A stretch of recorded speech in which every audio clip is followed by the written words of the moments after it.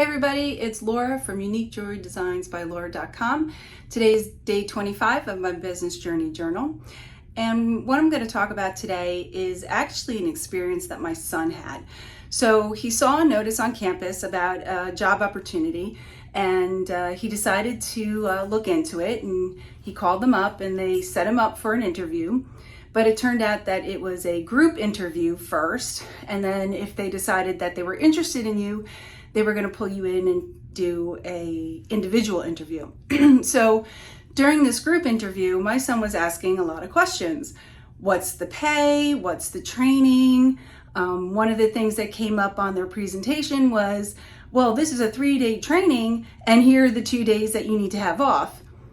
And when he asked what about the third day, he was going to have to skip classes to go to this training. So he was not happy about that.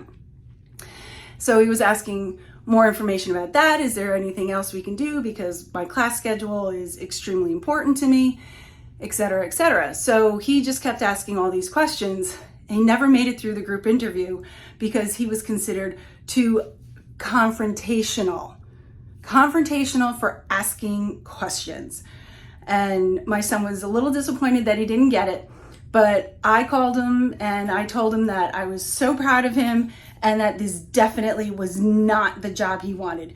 You don't want to work for a company that's going to be very sneaky about what you're going to be doing, how you're going to be doing it, what your personal investment is going to be into this thing. Because when we did a little bit more research, we found out that he was going to have to shell out $125 just to get the starter pack so that he could do the demonstrations before he can even do any sales.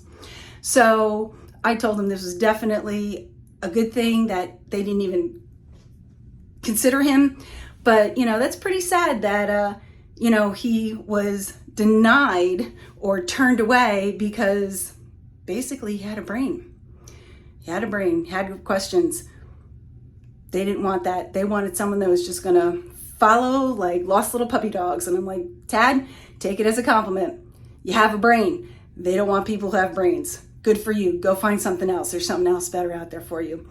So seriously, when you're interviewing or you're looking for a job, seriously take into consideration the questions that you ask and how they answer.